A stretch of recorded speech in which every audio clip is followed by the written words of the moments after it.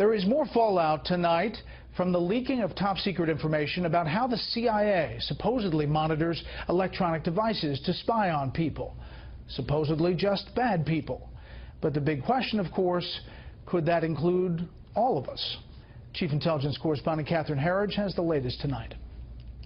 A U.S. government official tells Fox News that the FBI has launched a criminal investigation after Wikileaks posted more than 8,000 documents allegedly from the CIA cyber unit. While the White House would neither confirm nor deny authenticity, spokesman Sean Spicer said there appears to be a double standard. The interest and the outrage that occurred last year by a lot of Democrats when it came to leaks is interesting that we're hearing not as much outrage now when it comes to some of our issues of national security. Among the revelations that Apple's iPhone was the target of so-called zero-day programs that exploit previously unknown weaknesses, allowing the CIA to capture audio and video recordings as well as extract user data and contacts. Apple said in a statement, quote, "While our initial analysis indicates that many of the issues leaked today were already patched in the latest iOS, we will continue work to rapidly address any identified vulnerabilities." Former intelligence officials and cybersecurity experts said the preliminary evidence points to an insider and the likelihood government contractors were involved with the support of a third party. I can say that the ability to do this can be attributed to maybe 4 or 5 bad actors. Russia, China, perhaps a large organized criminal group, but this is a sophisticated actor. Emphasizing cyber spying tools are not turned on U.S. citizens, former Director Michael Hayden defended the CIA on late-night television. I can tell you that these tools would not be used against an American. Why not? Why wouldn't they be used against an American? Americans are the ones who buy the Samsung TVs. There are some bad people in the world who have Samsung TVs, too. Right.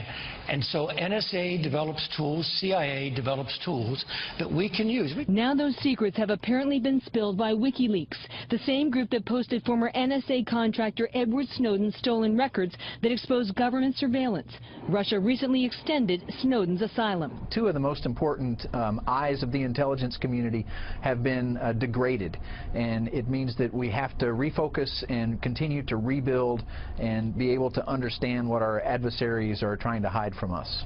A former intelligence official said some leaked documents are from last fall and not beyond, indicating the breach had stopped. Fox News has learned tonight that a CIA memo directs employees not to discuss the leaks or view the documents online. Brett.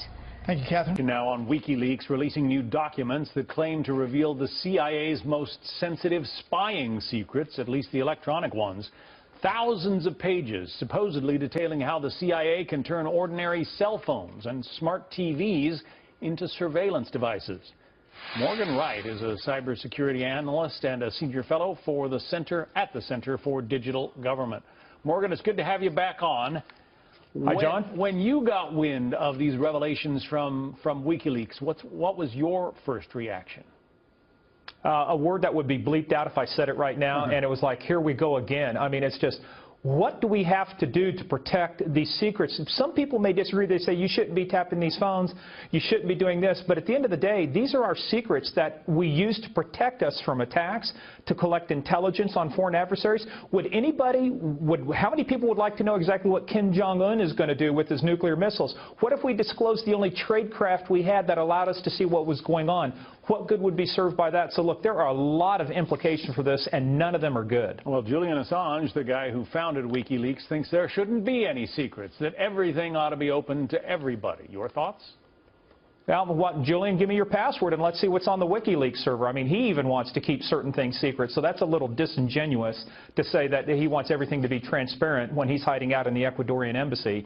But that being said, we're talking about things that, John, this is more than just collecting information. The CIA works differently than the NSA. They operate agents in countries. Their case officers recruit people to do close-in operations, which means I give you something. They're taking USBs or other things and implanting them into networks. When this gets disclosed, it means we put at risk the very people we're asking to spy on their country or their organizations to get us this information. It puts them at risk the same way when Robert Hansen was arrested, he disclosed the identities of our agents. When Aldrich Ames was arrested, this is no different than that. The only difference is this has a little bit of electronic to it, but at the end of the day, John, it's the same thing. I think it's treasonous and traitorous activity, and I hope the investigation finds out who did this. For instance, there are some apps, WhatsApp, for instance, is a messaging application that a lot of people use. use that has some encryption ability.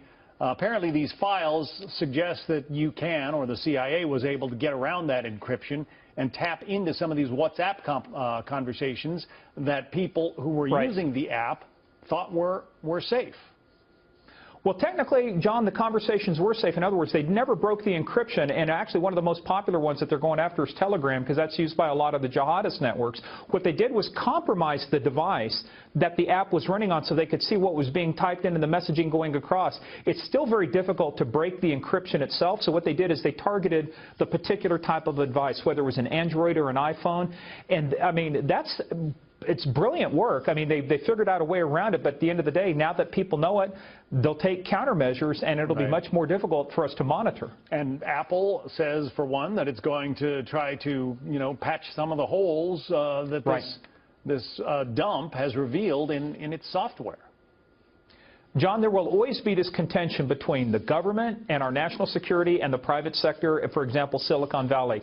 They may not want the government in it, but at the end of the day, if the bad guys are driving a certain brand of car, then I want to know how to defeat that car and get into it, or a lock, or a safe. A phone, a computer is no different than what we've been doing for years in terms of breaking into safes and trying to find and copy other people's secrets. But the fact that this is so pervasive is that it's run on software.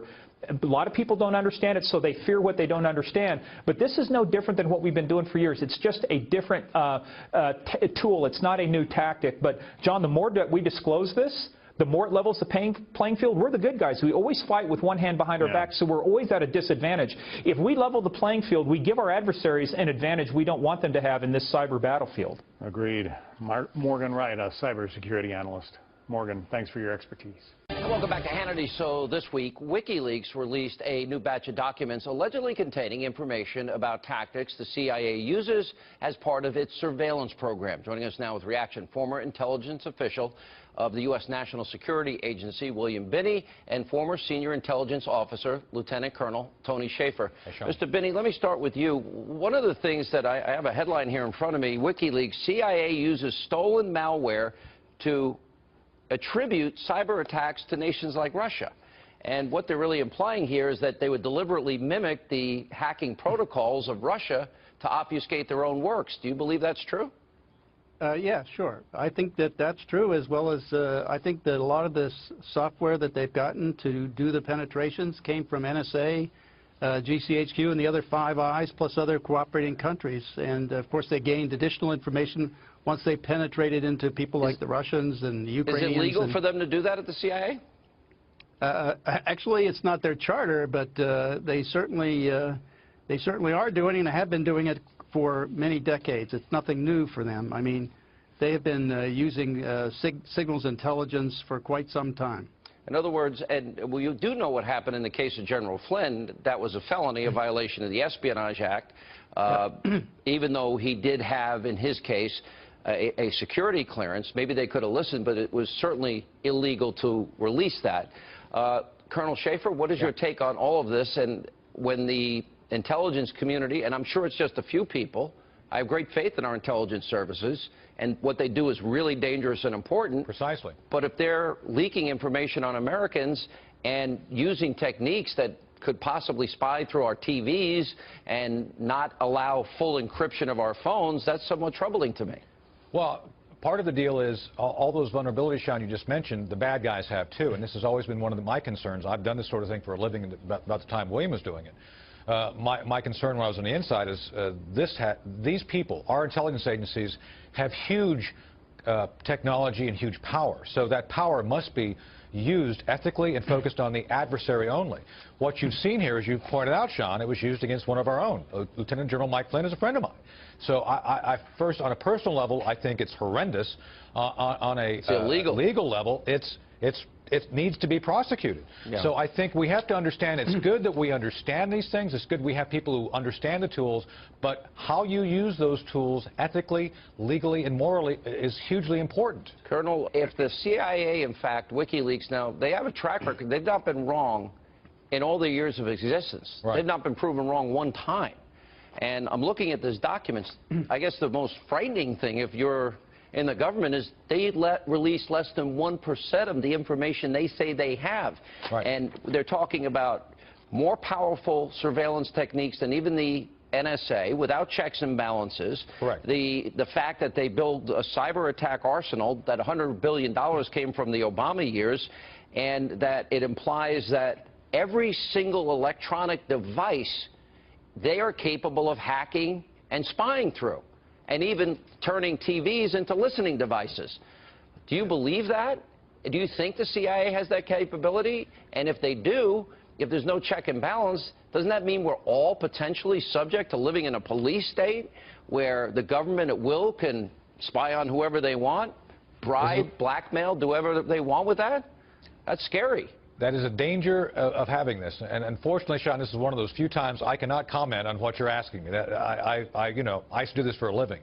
I will say this: I think some of those things are even more powerful than you listed, and that's why ethically, legally, and as William said, you have to be very specific about how you use Title 18 as law enforcement, Title 10 as military, EO 12333, Title 50 is intelligence, which has U.S. person restrictions.